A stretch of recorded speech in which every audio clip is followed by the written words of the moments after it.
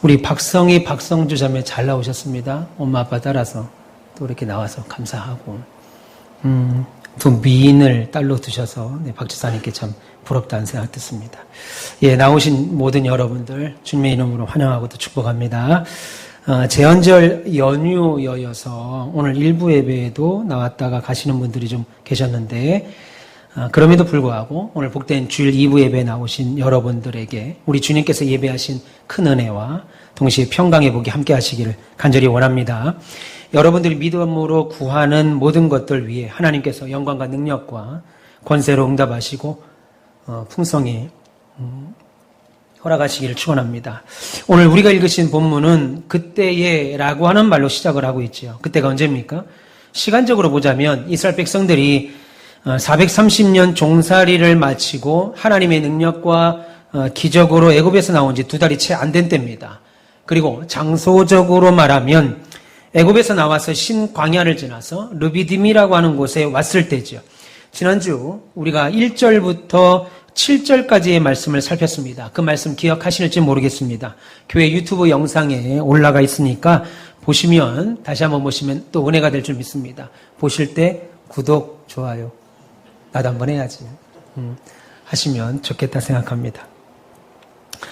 지난주 잠시 말씀을 한번 살피고 또 오늘 말씀 전하겠습니다.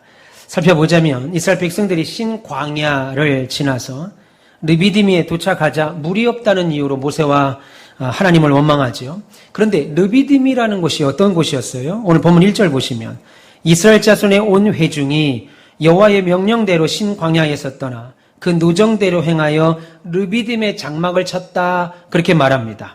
한마디로 르비딤이라고 하는 곳은 하나님이 가라고 하셔서 간 곳이라는 거예요. 하나님이 이끌으셔서 인도하신 결과 도착하신 곳이라는 거예요. 모세의 생각이나 장로들의 생각으로 간 곳이 아니라 하나님이 가자, 하나님이 그곳으로 가라 해서 간 곳인 겁니다. 그런데 당황스럽게도 하나님이 인도하셔서 간 곳임에도 불구하고 마실 물이 없다라는 겁니다. 사람이 살 수 없는 곳에 하나님이 장막을 치게 하셨다는 거예요. 그러면 하나님은 악한 분이셔서 마음이 막 꼬여있는 분이셔서 일부러 이스라엘 백성들을 물이 없는 르비딤으로 인도하신 거냐는 거죠. 여기에 이제 우리의 고민이 생깁니다. 왜요? 우리들에게도 자주자주 하는 고민 아니겠습니까? 만약 이런 고민을 10년에 한 번 아니면 평생에 한 번 한다고 그러면 고민될 게 없겠죠. 평생에 한 번 왜 하나님이 이렇게 하시지? 아니면 10년에 한 번 정도는 왜 하나님이 우리 가정에게 우리 직장과 사업장에 내 인생에 이렇게 하시지? 라고 한다면요. 그럴 수 있지. 살다 보면 그럴 수도 있을 거야. 라고 생각을 하는데 이런 고민이 자주자주 왕왕 듭니다. 하나님이 허락하셔서 하나님이 인도하셔서 하나님을 믿는 우리가 왜 이러시지? 이런 일이 생기지? 이제 이것도 우리의 고민이지요. 그러면 지금 이스라엘 백성들 르비딤이라는 곳에 도착해서 마실 물이 없다라고 할 때 이들은 어떻게 해야 하냐는 겁니다. 하나님이 지금까지 인도해 주셨죠. 그뿐 아니라 지난 마라에서도 물을 주셨습니다. 마라에서도 물이 없어서 마실 수 없는 상황에도 물을 주셨으니까 지금도 하나님께서 물을 주시겠거니 하는 기대감이 있었어야 되죠. 그런데 이들은 그렇게 하지 않았다는 겁니다. 왜요? 하나님의 은혜를 잊어버렸습니다. 말씀드렸습니다. 지금 어느 때라고 그랬습니까? 출애굽을 하고 채 2달이 되지 않았을 때입니다. 그러니까 출애굽을 하자마자 하나님께서 홍해를 건너는 엄청난 믿음의 기적들, 홍해를 건너는 축복을 보여주셨고 또 애굽에서 탈출할 때는 10가지의 기적을 보여주셨고 불과 3주 전에는 마라라고 하는 곳에서 하나님이 물을 주셨습니다. 그러면 하나님이 여기서도 그렇게 하시겠지라고 하는 기대감이 있어야 되는데 지난 시간 하나님이 베푸셨던 은혜는 싹 다 잊어버린 거예요. 그래서 감사하나 하나님의 뜻을 구하는 말이 아니고 물이 없다라고 하는 이 문제 앞에서 하나님은 이것도 해결 안 하시고 지금 뭐 하시는 거냐. 예수 믿는 게 이러냐? 신앙생활을 갖고 있고 내가 얼마나 예수를 믿고 하나님 앞에 순종한 결과가 이거냐? 라고 원망부터 쏟아내기 시작했다는 겁니다. 물론 하나님은 지금 이스라엘을 물이 없는 르비딤이라고 하는 곳에 장막을 치게 하셨어요. 그리고 하나님이 바라신 것은 그들의 다툼이나 원망을 보고자 하는 것이 아니었지요. 하나님은 저와 여러분들의 신앙이 날마다 자라기를 원한다고요.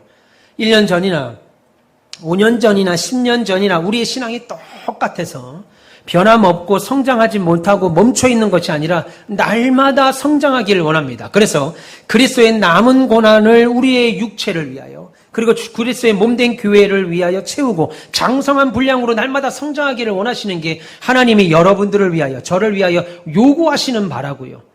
그런데 우리가 가진 믿음이나 환경 때문에 상황 때문에 우리의 신앙이 막 흔들리고 좌우되고 들쑥날쑥되는 신앙이 아니고 무슨 일을 만나든지 하나님을 먼저 바라보고 하나님 의지하고 하나님 말씀을 따라서 순종하는 사람들이 되기를 원하시죠. 우리가 원하는 건 뭡니까? 무슨 일을 만나든 만사형통하기를 원하잖아요. 그래서 그 찬양을 너무너무 좋아하잖아요. 한국교회 성도들이. 그런데 하나님은 그렇게 되려면 우리의 상황에 따라서 신앙이 흔들리는 자들이 아니고 어떤 일을 만나더라도 하나님 바라보고 의지하고 말씀 따라 순종하기를 원하시는 신자로 우리가 거듭나기를 원하지요. 물론 그렇게 하기란 말처럼 쉽지 않아요. 그게 말처럼 쉬우면 신앙생활 하면서 멀미라는 걸 하지 않겠지요. 그래서 하나님은 기회가 있을 때마다 저와 여러분들을 시험이라는 것을 준비하시고 통과하게 하셔서 믿음을 훈련시킵니다. 믿음이라는 것은 우리가 잘 될 때 성장할 것 같아요. 우리가 잘 될 때 잘할 것 같아요. 하나님의 사업도 열어주시고 자녀의 앞날도 열어주시고 우리의 믿음도 열어주시고 건강도 주셔서 누구 하나 부족함 없이 야 잘 된다, 야 너무 좋다 라고 할 때 정말 하나님을 찾을 것 같고 믿음에 성장할 것 같지만 성경이 그렇지 않다고 우리에게 얘기를 하셨고 실제 우리의 삶에서 그렇지 않다는 걸 확인하게 됩니다. 그럼 언제 신앙이 성장하냐면 잘 안 될 때예요. 이상하다. 내가 지금 교회에서 장로, 집사, 권사로 봉직을 하고 내가 주를 위하여 순종한 날이 하루 이틀이 아니고 내가 이렇게 주일날도 빠짐없이 나와 하나님 앞에 헌신하고 봉사하고 성수주의를 하려고 하는 이런 믿음으로 살고 있는데 왜 내 인생이 잘 안 풀리지? 내가 원하는 것들이 왜 잘 안 되지? 왜 응답되지 않지? 내가 그렇게 새벽에 나와서 기도하고 있는데 단순히 그냥 며칠 기도하는 정도가 아니라 그냥 한평생 하나님 앞에 나와 기도하고 있는데 자녀부터 시작해서 모든 것에 응답이 이렇게 더디지? 라고 하는 이런 질문들에 대해서 갈등이 있어야 돼요. 이런 질문에 대해서 고민을 통해서 우리 믿음이 자라난다고요. 잘 될 때 자라나는 것보다 그런 시간을 통과해야 돼요. 고민하면서 하나님이 어떤 분이시지? 하나님은 왜 이렇게 하시는 거지? 그럼 나는 어떻게 해야 되지? 그렇게 행동할 때 하나님은 기뻐하실까? 라고 하는 생각으로 고민하고 또 하나님을 알아가는 과정에서 신앙이 성숙해 간다고요. 그렇게 하나님께서는 모세로 하라금 호렙산에 있는 반석을 통해서 물이 솟아나서 백성들의 목마름을 해결해 줬습니다. 그리고 그곳 이름을 오늘 본문 7절을 보니까 마사 또는 무리바다라고 말합니다. 무리바라는 뜻을 성경이 뭐라고 그럽니까? 하나님과 다퉜다. 그들이 이스라엘 백성들이 물이 없다는 이유로 하나님과 다퉜다 그 뜻입니다. 그렇게 하나님과 다투게 된 이유가 뭐라고 그랬어요? 7절에 보니까 여호와께서 우리 중에 계시냐 안 계시냐, 하나님이 우리 가정에 계시냐 안 계시냐, 하나님이 우리 사업장에 계시냐 안 계시냐, 하나님이 우리 가온빛교회와 계시냐 안 계시냐 하는 의심 때문이었습니다. 이것을 성경은 그들이 하나님을 시험했다, 멸시했다라고 말합니다. 하나님은 놀랍게도 르비딤이 아니고 호렙산에 물을 준비하셨어요. 르비딤은 물이 없는 땅입니다.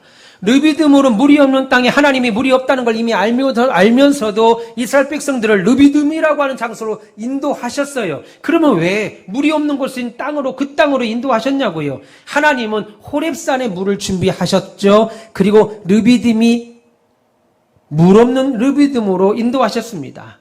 여러분, 하나님의 백성들에게는 르비딤은 물이 없는 곳이지만 하나님의 백성들에게는 르비딤은 물이 없는 것이 아니고 호렙산 바위 틈에서 신선한 물을 마시기 위하여 그 은혜를 맛보기 위하여 르비딤은 기도하는 곳이었어요.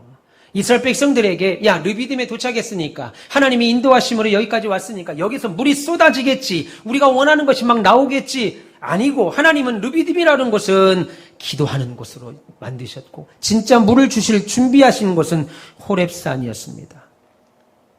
그러니까 하나님은 무책임하신 분이거나 우리의 고통에 침묵하시는 분이 아니고 책임지시고 대답하는 분입니다. 오히려 목마른 이스라엘 백성들을 위하여 물을 이미 준비하셨죠. 다만 어려움에 이스라엘 백성들이 눈이 가리워졌죠. 안 보였죠. 그래서 하나님이 예비하신 것을 보는 믿음의 눈이 감겨진 겁니다. 그러다 보니까 하나님이 무책임하고 대책 없고 우리 고통에 침묵하시는 분으로 확인됐지요. 여러분, 오늘 우리가 읽으신 본문은 그렇게 하나님께서 반석을 통해 물 문제를 해결해 주신 그때 그 동일한 장소 르비딤에서 또 다른 사건이 일어나죠. 그 사건에 대한 내용입니다. 오늘 보면 8절 보세요. 그때 아말렉이 와서 이스라엘과 르비딤에서 싸우니라 라고 말합니다. 제가 지금까지 말씀드린 건 1절부터 7절의 말씀은 지난주 말씀이죠. 여호와가 우리 중에 계시냐 안 계시냐 이거 가지고 고민했습니다. 물이 없다는 문제 앞에서. 그런데 하나님이 호렙산에 한 바위를 통해 물을 주시면서 내가 너희와 함께하고 있다라는 것을 사인으로 보여주셨습니다. 그래서 그렇게 물을 마셨습니다. 그리고 하나님이 우리와 함께하고 있네 라는 것을 확인하고 물을 마시고 그들에게 평안을 주신 그때 아말렉과 이스라엘 사이에 전쟁이 일어난 거죠. 그들의 목마름이 끝나자 아말렉 족속을 통해 이스라엘을 치게 만드셨어요. 전쟁하게 하셨습니다. 그러면 왜 하나님은 목이 말라 힘들어하던 이스라엘 백성들에게 물을 주신 다음에 갑자기 전쟁을 일으켜 이스라엘 백성들을 괴롭게 하는 것처럼 일을 하시냐는 거예요. 여러분, 그것은 아직 그들이 갖고 있었던 물을 해결하고 나서 하나님은 우리와 함께 하시는구나 라는 것이 완전히 해결되지 않은 그들 가운데 여전히 갖고 있었던 하나님이 우리 중에 계시냐 안 계시냐 하는 의심에 다시 한번 하나님이 대답하시기 위하여 아말렉이라고 하는 족속을 들어서 전쟁을 일으키신 겁니다. 그래서 오늘 본문은 지난주에 이어서 반석을 철어서 물을 주신 사건에 이어서 르비딤에서 일어난 두 번째 사건입니다. 르비딤 근처에 살던 아말렉 족속들이 이스라엘 백성들이 자신들의 땅에 와서 지금 물을 먹고 쉰다는 소식을 듣자 아말렉 사람들이 저 250만이나 되는 엄청난 이스라엘 민족들이 내 땅을, 우리의 땅을 빼앗을지 모르겠다라는 두려운 마음, 위기감이 생겼지요. 그래서 이스라엘 백성들을 공격한 겁니다. 사실 이스라엘 백성들이 홍해를 건넌 후에 지금까지 자신들을 힘들게 한 것은 뭐예요? 전부 먹을 것과 마실 것에 대한 문제였습니다. 그런데 오늘 본문에서는 이제까지는 전혀 다른 문제, 이제까지와는 전혀 다른 문제를 만났지요. 이스라엘 백성이 르비딤에 진을 치고 있을 때 아말렉이 쳐들어온 겁니다. 그러면 아말렉이 누구냐는 거예요. 아말렉 족속은 가나안의 남쪽에 살던 야곱의 형 누굽니까? 에서. 야곱의 형 에서의 손자인 아말렉의 후손들입니다. 그러니까 야곱의 후손들인 지금 이스라엘 백성들과 야곱의 형 에서의 손자였던 아말렉의 후손들은 뭐예요? 사실 먼 친척가 아니죠. 먼 친척벌입니다. 그런데 지금 애굽에서 나와 시내 산으로 지금 가고 있는 이스라엘을 가장 먼저 공격한 민족이 다른 민족이 아니라 먼 친척벌 되는 아말렉이라는 거예요. 이 내용을 신명기 25장에 다시 말씀하시는데 아말렉 사람들이 이스라엘 백성들을 공격한 이유는 하나님을 두려워하지 않은 이유 때문에 이스라엘을 공격했다라고 말씀합니다. 여러분, 다른 민족들, 그 당시에 가나안에 살았던 사람들, 그리고 광야 주변에 살았던 이방 민족들은 이스라엘 민족들을 공격하지 못했습니다. 감히 이스라엘 민족들을 공격하지 못했어요. 그들이 애굽에서 나왔다, 대이집트에서 나왔다라는 소문을 듣고 감히 공격하지 못했습니다. 왜요? 하나님의 능력이 그 강력한 그 당시 패권국가 아니겠어요? 대이집트의 파라오의 군대를 무찌르고 그리고 파라오의 군대를 다 홍해에 몰살시켰다고 하는 이야기를 듣고 벌벌벌 떨었기 때문이죠. 여러분, 40년이나 지난 후에 가나안 땅에 그들이 들어갈 때 여리고성에 누구요? 기생 라합이 뭐라고 그래요? 하나님께서 당신들에게 했던 일들을 우리가 다 아오니 우리가 그 일에 벌벌 떱니다. 40년이나 지난 이 세월들의 지난 일들을 기억하면서 그들이 두려워하는 장면을 보지요. 그래서 주변의 이민족들이 이스라엘 백성들을 공격하지 않았습니다. 그런데 아말렉은 하나님을 두려워하지 않음으로 인해서 이스라엘을 공격한 거예요. 그래서 아말렉에 대해서 하나님은 뭐라고 그래요? 그들의 이름을 천하에서 진멸할 것이다. 이 사건으로 아말렉은 이스라엘의 영원한 원수가 됩니다. 따라서 하나님은 오늘 모세에게 아말렉이 쳐들어오는 사건을 이야기하시면서 나가서 싸우라 라고 명령합니다. 그러자 모세가 여호수아를 불러들이죠. 그리고 여호수아에게 명령하기를 백성들을 데리고 나가서 전쟁하라, 싸우라 라고 전합니다. 그리고 모세는 아론과 훌을 데리고 그 전장이 보이는 뒷산 언덕으로 올라갑니다. 본문 9절 보세요. 모세가 여호수아에게 이르되 우리를 위하여 사람들을 택하여 나가서 아말렉과 싸우라. 내일 내가 하나님의 지팡이를 손에 잡고 산 꼭대기에 서리라 라고 했습니다. 다시 말해서 여호수아는 백성을 이끌고 아말렉과 전쟁을 벌이고 모세는 아론과 훌을 데리고 지금 산 언덕으로 올라가는 겁니다. 그 전쟁하는 모습이 보이는 언덕으로 올라가는 거죠. 그런데 전쟁을 하는 중에 너무나도 이상한 일, 우리의 이성으로는 이해할 수 없는 일이 벌어져요. 모세가 산 위에 섰습니다. 그리고 하나님 앞에 손을 듭니다. 하늘을 향하여 손을 번쩍 듭니다. 그러면 모세가 산 위에서 손을 들고 있으면 전쟁에서 이스라엘이 이기고, 모세가 산 위에서 손을 들고 있으면 전쟁에서 이스라엘이 이기고, 모세가 손을 내리면, 피곤하여서 손을 내리면 전쟁에서 이스라엘이 지는 거예요.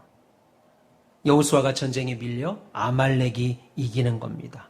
한마디로 아말렉과의 전쟁에서 이기고 지는 것은 지금 뒷산에 올라서 하는 모세의 행동에 좌우되고 있다는 거예요.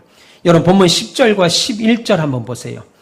여호수아가 모세의 말대로 행하여 아말렉과 싸우고 모세와 아론과 훌은 산 꼭대기에 올라가서 모세가 손을 들면 이스라엘이 이기고 손을 내리면 아말렉이 이겼다라고 했습니다. 여러분 이 말씀에 대해서, 이 본문에 대해서 많은 학자들과 설교자들이 모세가 손을 들고 있으면 이기고 내리면 졌다고 말하니까 자동적으로 이것은 모세가 기도한 결과입니다. 모세가 기도했기 때문에 그렇습니다. 우리도 기도의 손을 내리면 안 됩니다. 우리도 기도의 손을 높이 들어서 하나님께 승리합시다 라고 설교합니다. 저도 그렇게 많이 어릴 때 들었습니다. 그런데 여러분 오늘 본문을 히브리어 성경으로 찾아보면 손을 들었다, 지금 모세가 손을 높이 들었다라고 하는 이 단어가, 히브리어 단어가 구약성경에 80번 나옵니다. 구약성경에 80번 나오는데 단 한 번도 기도했다라는 의미로 쓴 적이 없어요. 지금 이 손은 기도했다라고 하는 단어로 쓴 적이 없습니다. 그리고 산 위에 섰다라고 하는 히브리어 단어도 단순히 그냥 머물다, 기도하러 갔다, 그 자리가 기도의 장소다라고 사용된 적이 없다라는 거예요. 그냥 머물었다, 서 있다라는 뜻으로 썼습니다.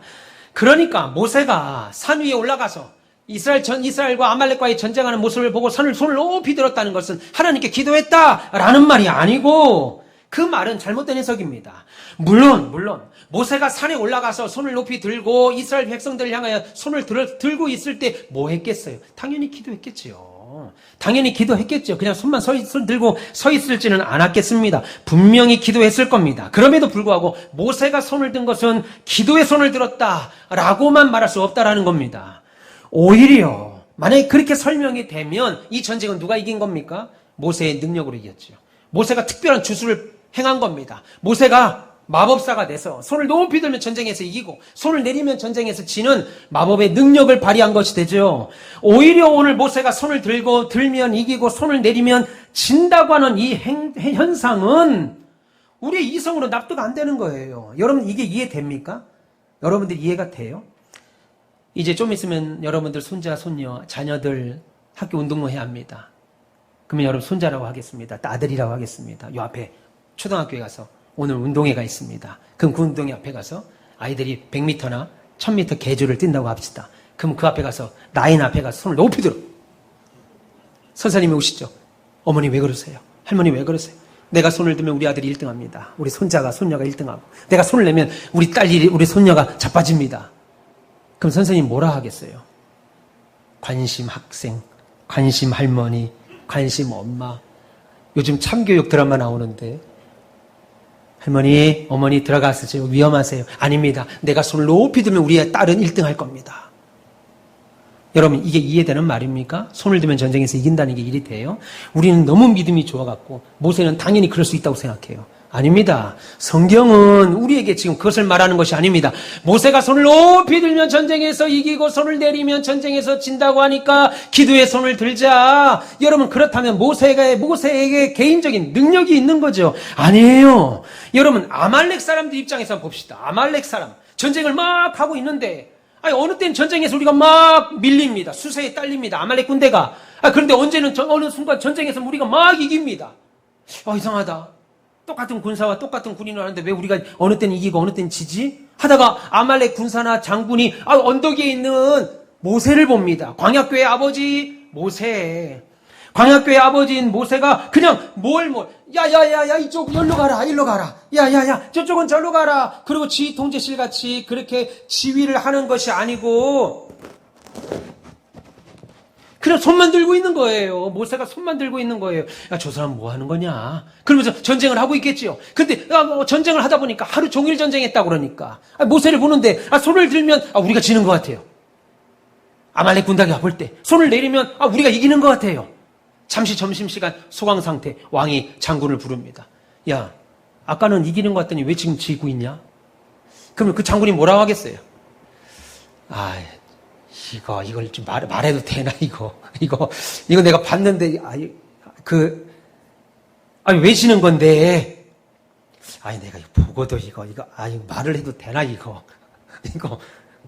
아닙니다. 말을 해. 내가 보기를 봤는데, 이게 너무 우스워가지고, 이거를 왕 앞에 말을 해도 될까? 이거 모르겠어요. 말해라. 좋은 말 할 때. 저기 모세 보이시죠? 저기 모세. 그 모세가 손을 들면 우리가 져요. 그리고 손을 내리면 우리가 이겨요. 전쟁에서. 그럼 왕이 뭐라 하겠어요? 역시 좋은 거 발견했다. 그렇지. 그거 가지고 전쟁에서 싸워 이겨라. 모세가 손을 내리도록 어쨌든 세작을 보내서 이기게 해라. 왕이 그러겠어요? 전쟁 지는 것도 피곤해 짜증나는데 장군이라고 세워서 보냈더니만 한다는 소리가 손을 들면 전쟁에서 우리가 지고 모세가 손을 내리면 전쟁에서 우리가 이긴다고? 그걸 지금 말이라고 하고 있냐? 이놈 당장 가서 참수시켜라. 제가 왕이면 당연히 그럴 것 같아요. 여러분 이게 얼마나 말이 안 되고 황당한 얘기예요. 칼과 창으로 하는 전쟁에서 모세가 손을 들면 이스라엘이 이기고 내리면 진다니요. 그 모습을 봤어요. 예, 봤습니다. 봤다 해도 그것을 믿는다는 것은 그냥 미친 사람 소리 듣는 거죠. 어쨌든 모세는 이 사실을 알았습니다. 계속해서 손을 들고 있고 싶었는데 팔이 아파서 하루 종일 들고 있을 수가 없었어요. 이미 모세의 나이가 당시에 80이 넘었고 전쟁도 하루 종일 했다고 성경이 기록하고 있으니까 이길 수가 없었던 겁니다. 이때 아론과 훌이 모세를 돕습니다. 아론과 훌이 돌을 가져다가 모세를 거기에 앉게 하고 모세 옆에서 각각 한 명씩 모세의 팔 하나씩 붙들고 받칩니다. 그래서 모세의 팔이 내려오지 않도록 한다고요. 여러분 이것도 아론과 훌이 이해가 안 되는 거죠. 제가 여러분들에게 손 좀 잡아주세요. 손 좀 들어주세요. 그럼 우리 전쟁 이깁니다. 그러면 일반적인 사람은 뭐라 하겠어요. 근데 오늘 아론과 훌이 다른 말 하지 아니하고 모세를 도와 모세가 계속 손을 들게 했고 그렇게 전쟁은 끝납니다. 승리로 끝나죠. 이길 수 없는 전쟁이죠. 아말렉과의 전쟁에서 이스라엘이 승리한 겁니다. 오늘 보면 13절 보세요. 여호수아가 칼날로 아말렉과 그 백성을 쳐서 무찔렀다. 그렇게 말합니다. 그리고 전쟁이 끝난 후에 모두 한자리에 모입니다. 최전방에서 목숨 걸고 싸웠던 여호수아도 있고 산 위에서 손을 들며 중요한 역할을 한 모세도 거기 모였고 모세가 손을 드는데 도움을 준 아론과 훌도 거기 모였고 전쟁의 현장에서 어떻게 우리가 이 전쟁에서 승리하느냐 이 전쟁에 참여하거나 또는 목격자로 보았던 모든 백성들이 다 모였습니다. 그럼 상상을 해보세요. 이들이 얼마나 이 전쟁의 승리를 통해서 얼마나 감격스럽고 눈물 날 만큼 기뻤겠습니까? 이제 우리 다 죽었다.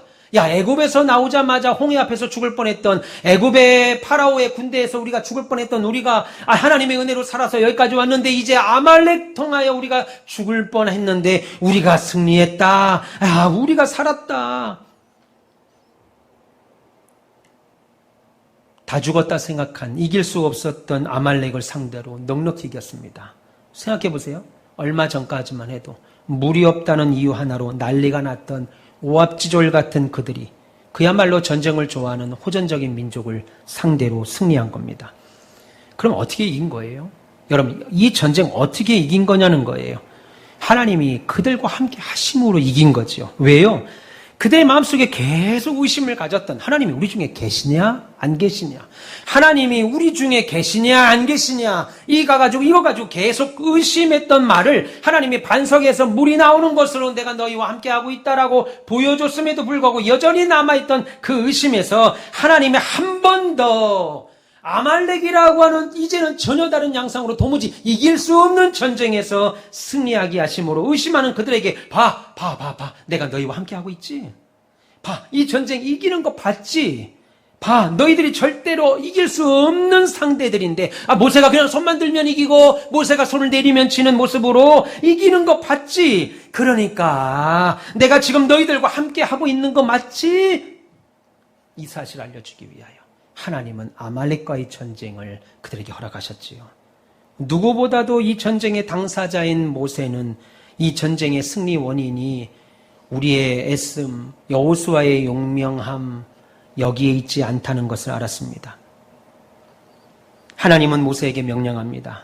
오늘 이 전쟁에서 무슨 일이 있었는지, 너희들이 어떻게 이겼는지, 어떤 모습이 있었고 어떻게 이겼는지 하나도 빠짐없이 책에 기록해라 라고 말합니다. 본문 14절에 여호와께서 모세에게 이르시되 이것을 책에 기록하여 기념하게 하고 여호수아의 귀에 외워 들리라 라고 했습니다.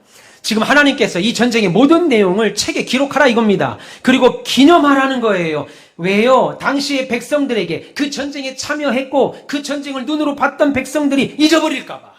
그래서 그의 자녀들에게, 그리고 자녀의 또 다른 자녀들에게 계속해서 이 전쟁이 누구 때문에 이겼느냐, 그리고 이 전쟁을 왜 이겼느냐, 하나님이 우리와 함께 하시냐 안 하시냐, 우리 중에 계시냐 안 계시냐, 그 질문으로 인하여 하나님이 응답하신 것이므로 잊지 마라. 계속해서 이 사실이 전해지게 하라는 거예요. 그러면 말씀드린 대로 이 전쟁을 왜 기록으로 남기고 기념하라는 거예요? 이 전쟁은 하나님이 너희 중에 계심으로 어쩌다 보니까 이긴 거고, 우리가 수세에 몰리니까 이 어금니 꽉 깨물고 한번 해보자 하고 달라들어서 이긴 것이 아니라 하나님이 너희와 함께 하심으로 이겼다라고 하는 겁니다. 놀라운 것은 이제 앞으로 40년 뒤에 새로운 리더가 될 여호수아에게 오늘 이 전쟁에서 이긴 이유와 그 내용, 이 전쟁의 의미를 잊지 말고 여호수아의 삶의 원리가 되라라고 명령합니다. 아마 하나님이 이때부터 여호수아를 다음 세대 주자로 인정하고 계셨나 생각합니다. 여러분, 이스라엘 백성들은 400년이 넘도록 애굽의 노예로 있었지요. 이런 연약한 이스라엘 백성들이 아말렉과 전쟁을 한다는 것은 100번 싸워 100번 다 질 수밖에 없는 상황입니다. 아말렉 족속들은 전쟁에 능한 용사입니다. 근데 이스라엘 백성들은 전쟁 경험이 없는 자들이지요. 용사도 없어요. 다 애굽에서 벽돌 굽고 다 나무 나르고 허드렛 일만 하던 노예입니다. 당연히 이 전쟁에서 이길 수 없지요. 그럼에도 불구하고 승리를 거둘 수 있는 것은 하나님께서 이스라엘 백성들과 함께 하셨기 때문입니다. 그래서 이 사실, 이 전쟁은 하나님의 은혜요. 하나님이 우리 중에 계셔서 승리했다는 사실을 잊지 않게 하기 위하여 책에 기록하라고 명하신 겁니다. 그래서 먼 훗날 세월이 지나서 이스라엘 백성들과 그 후손들이, 이 당시 전쟁에 참여했던 사람 다 죽고 나서 그 후손들이, 야 봐봐, 우리가 그 애굽에서, 우리 할머니 할아버지들이 애굽에서 나올 때 아말렉과의 전쟁을 생각하면서 그때 우리가 얼마나 결속을 잘했는지, 그때 여호수아가 얼마나 우리를 잘 이끌었는지, 우리가 그나마 애굽에서 갖고 나올 때 창칼을 좀 갖고 나오는데 그게 얼마나 도움이 됐는지, 그래서 우리가 그 전쟁에서 승리했지, 혹 이렇게 말할까 봐. 이 전쟁은 너희들이 이긴 것이 아니고 하나님이 너희 중에 계셔서 하나님의 능력으로 승리한 것이다 라고 기억하도록 책에 기록한 겁니다. 그래서 전쟁의 방법도 모세가 손을 들면 이기는 거예요. 모세가 손을 내리면 지는 겁니다. 여러분이 기도하는 거 아니라고 말씀드렸습니다. 물론 그 시간에 모세가 기도했겠지요. 저도 기도했을 겁니다. 그런데 손을 들어서 이게 모세가 기도의 손을 들어서 이기고 기도의 손을 내려서 졌다고 얘기하면 모세 자체에게 능력이 있죠. 모세가 큰 마법과 마술을, 술법을 행한 결과 이겼다고 생각합니다. 이 전쟁은, 야 봐라, 말도 안 되는 모습 봐라, 지금 저거 봐라, 저걸로 지금 이겼다고 봐라. 그러니 니들 이성으로 이해되니? 니들 머리로 납득되니? 하나님이 하신 것이다. 그래서 모세는 이 전쟁에 이름을 붙입니다. 그것은 여호와 니시다. 보면 15절 보세요. 모세가 제단을 쌓고 그 이름을 여호와 니시라고 했습니다. 여러분, 여호와 니시라는 말은 이스라엘 하나님은 나의 깃발이다라는 뜻입니다. 하나님은 나의 깃발. 여러분, 왜 아말렉과의 전투에서 이름을 여호와의 니시라고 하는 거예요? 고대 사회에서 전쟁을 나갈 때, 우리가 고대 사회 전쟁 영화를 보거나 뭐 할 때, 로마 제국의 전쟁 영화 볼 때 어때요? 로마 황제의 문장이 깃발에 딱 기록되어 있죠. 그 깃발 딱 들고 최전선으로 전쟁을 나갑니다. 그래서 상대방이 깃발 들고 오는데 누구 깃발이냐? 로마 황제의 깃발입니다. 누구의 깃발이냐? 예루살렘의 깃발입니다. 누구의 깃발이냐? 어느 나라 왕의 깃발입니다. 보고 그 군대가 그 우리의 아군이 되는지, 우리를 도우러 오는 자인지, 우리의 대적자인지 그 깃발 보고 안다고요. 누구의 깃발인지가 나오지요. 오늘 모세가 자기의 손으로 기도함으로 이겼다면 모세 니시지요. 여호수아 니시지요. 이스라엘의 니시지요. 오늘 성경이 뭐라고 그럽니까? 여호와 니시다. 하나님이 하셨다. 우리가 여호수아가 나가서 칼과 창을 들고 싸웠습니다. 모세가 하루 종일 손을 들었습니다. 그 옆에 아론과 훌이 그 손을 받쳤습니다. 그럼에도 불구하고 모세가 뭐라고 그래요? 이 일은 여호와 니시다. 하나님의 깃발이다. 하나님이 승리하셨다. 하나님이 싸우셔서 이기신 전쟁이다. 그래서 이 전쟁의 승리는 모세의 팔로 이긴 것도 아니고 여호수아의 용맹이나 전술을 이긴 것도 아니고 하나님이 우리 중에 계심으로 이기게 하신 것이다. 그러니 이 사실을 책에 기록해서 대대에 전해지게 하고 너희 자자손손 기억하게 하고 잊어버리지 않게 귀에 계속 들리게 해서 온 천하가 이 사실을 알게 하라. 그렇게 말씀하는 거죠. 여러분, 사무엘상에 보면 사울 왕이 전쟁에서 승전하자 아람 나라와, 그리고 제일 먼저 자신의 뭘 세웠습니까? 비석을 세웠습니다. 승리의 비석. 이 전쟁은 내가 이겼다 이겁니다. 오늘 이스라엘도 충분히 모세가 그럴 수 있는데 지금 모세는 그렇게 말하지 아니하고 여호와 니시다. 하나님의 승리하십니다. 그 결과 하나님은 최종 선포를 하시죠. 결정을 선포하기를 14절 하반절에 내가 아말렉을 없이하여 천하에서 기억도 못하게 하리라. 16절에 또 말씀합니다. 여호와께서 맹세하시기를 여호와가 아말렉과 더불어 대대로 싸우리라 라고 하셨습니다. 여러분, 오늘 이 사건이 우리에게 주는 중요한 메시지가 무엇일까요? 이 세상의 역사를 주관하고 진행하는 진짜 주인이 누구시냐 하는 겁니다. 우리의 삶을 승리로 이끄시는 분, 오늘 하루도 내가 아침에 오늘 옷 입고 나오고 내가 샤워하고 옷 입고 오늘 가온빛교회 가서 예배를 드려야 되겠다, 내가 나온 것 같지만 내 인생을 여기로 이끄시는 이가 누구시냐 이겁니다. 사람은 내 인생의 주인은 나라고 말하죠. 그래서 믿음의 부모라 할지라도 자녀들에게 뭐라고 권면합니까? 야, 한 번밖에 안 사는 인생, 네 마음대로, 네가 원하는 대로, 네가 즐기는 대로, 네가 행복했으면 좋겠다. 아빠는, 엄마는. 믿음의 그건 세상 사람들이 하는 말이잖아요. 야, 한 번 사는 인생, 네가 즐거운 대로 살아라. 네 몸이 즐기는 대로 살아라. 믿음의 부모는 뭐라고 그래요? 하나님으로 인하여 기뻐하고 무엇을 먹든지 마시든지 무엇을 하든지 하나님의 영광을 위하여 살아라.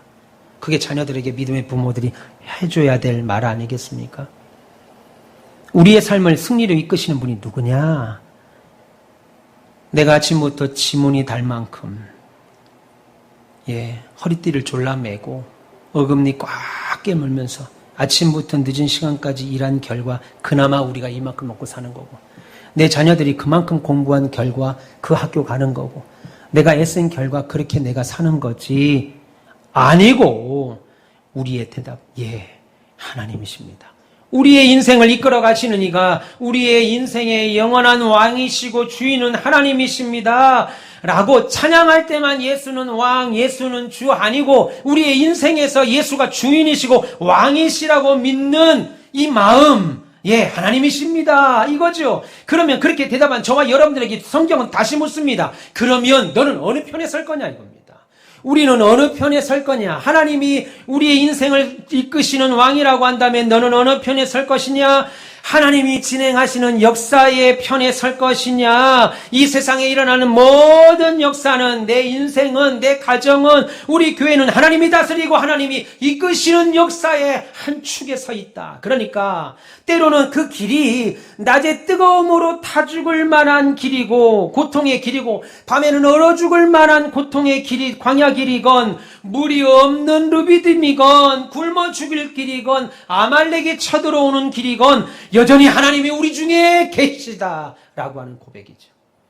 우리는 자주자주 인생을 살 때 하나님께서 우리 중에 계신가 안 계신가를 고민합니다. 그런 고민을 깊이 하다가 어느 때는 어때요? 에이, 내 답답한 속 한번 풀고 시원하게 하자고 하나님의 막말을 쏟아낼 때가 있습니다. 욥의 아내처럼 그냥 하나님 앞에 시원하게 욕 한마디 하고 그냥 죽어버리시오 라고 말하는 예수 믿는 게 뭐 이따이냐 이런 얘기들 막 쏟아내죠.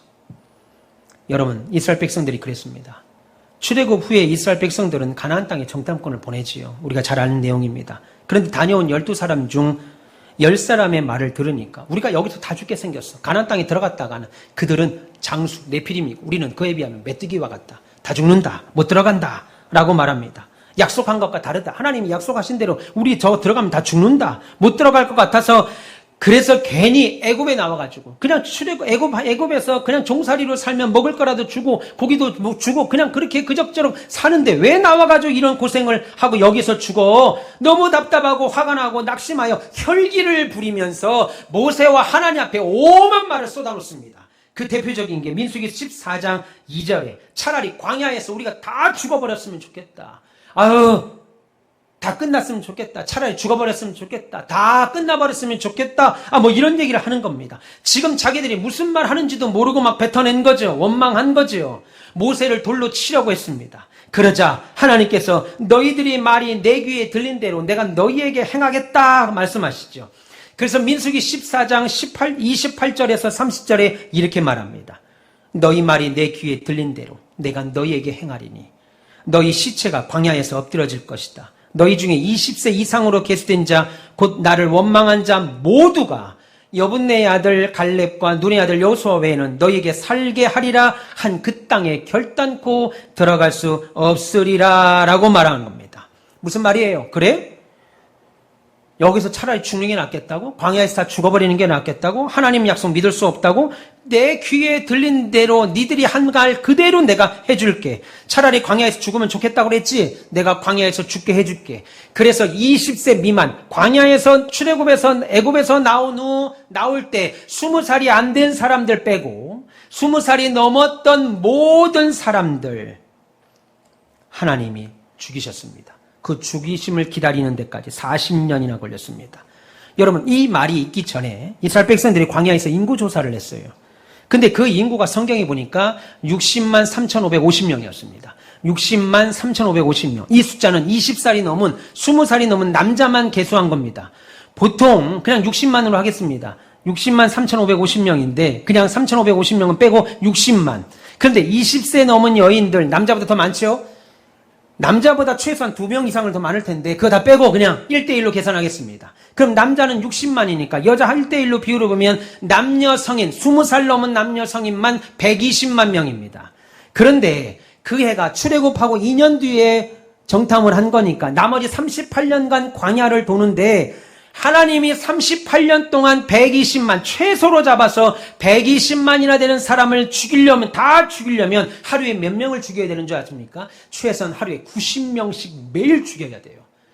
눈 뜨면 어제 친구가 죽습니다. 눈 뜨면 옆집 할아버지가 죽습니다. 눈 뜨면 앞집 아저씨가 죽습니다. 눈 뜨면 뒷집 아줌마가 죽어요. 그러면서 성경이 뭐라고 그래요? 너희들이 하나님 앞에 불평한 것을 하나님이 얼마나 미워하시는지 너희들이 애굽에서 사람이 죽어나가는 걸 보고 확인하라. 40년을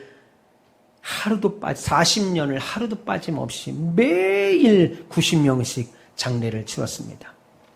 3, 4주면 들어갈 수 있는 그 길을 40년을 돌게 하죠. 여러분들 지금 무엇을 보세요? 앞으로 여러분 인생에서 뭘 보시고 싶으세요? 우리 중에 계시는 하나님 보시면 좋겠습니다. 아니, 우리 중에 계신 하나님 보셔야 돼요. 사람들이 우리의 앞날의 어두운 면을 보고 앞으로 어떻게 될지 모르겠어. 갈 수 있어, 갈 수 없어. 불평하며 원망하고 되돌아가자. 그런 말을 하는 그 순간에도 우리들만은 이 시간 하나님 말씀을 들으셨으니까 우리들만은 하나님께 나가셔야 돼요. 하나님 바라보셔야 돼요. 여러분 안에 그리고 저 안에 우리 가온빛교회 안에 위대한 하나님이 함께 계신다고요. 전능하신 하나님 바라보며 사세요. 겉모습은 믿는 것 같은데 믿지 않는 사람처럼 행동하지 마십시오. 불신앙이라고 그랬습니다. 그래서 뭐라고 그래요? 바울은 디모데에게 경건의 모양은 있는데 경건의 능력을 부인하는 자들에서 돌아서라. 경건의 모양은 있는데 교회 다니는 사람이라 이겁니다. 경건에서 목사예요. 경건에서 장로입니다. 경건에서 권사 집사입니다. 그런데 경건의 모양만 있지 경건의 능력은 부인한다 이겁니다. 아니, 하나님만 가지고 어떻게 되겠어? 아니, 하나님 가지고 되겠어? 믿지 않는 거지요. 불신앙이라고 말합니다. 하나님이 우리 중에 계신 것을 믿지 않기로 선택한 거예요. 하나님을 신뢰하지 않기로 결심한 겁니다. 마음으로 하나님을 온전히 신뢰하지 못하고 그분을 향한 충분한 믿음을 가지고 있지 못합니다. 여러분, 한국교회가 무너져 간다고 이야기합니다. 우리 총회 보고서에서도 우리 고신교회가 무너져 가고 있다라고 말합니다. 그 대표적인 가장 큰 원인이 뭔지 아세요? 배 집사님? 기복주의 신앙입니다. 잘 됩니다. 잘 됩니다. 연초마다 명절마다 새해 복 많이 받으세요 라고 절하죠. 저는 올해 50이 훨씬 넘었으니까 50이 넘는 시간 동안 얼마나 많은 동안 그 얘기 했겠어요. 저보다 연장자이신 여러분 더 많이 했겠죠. 복이 옵니까? 여러분들이 복 받으라고 한다고 복이 옵니까? 복은 누가 주셔요? 하나님이 주시는 거예요. 그런데 우리의 삶이 기복주의 신앙이어서 교회 오면 잘 돼야 됩니다. 교회 오면 행복해야 돼요. 예, 교회 오면은 인생이 풀려야 돼요. 만사 형통하기를 원합니다. 그래서 하나님 앞에 하나님 바라보고 참된 믿음으로 살라고 하는 설교를 부담스러워해요.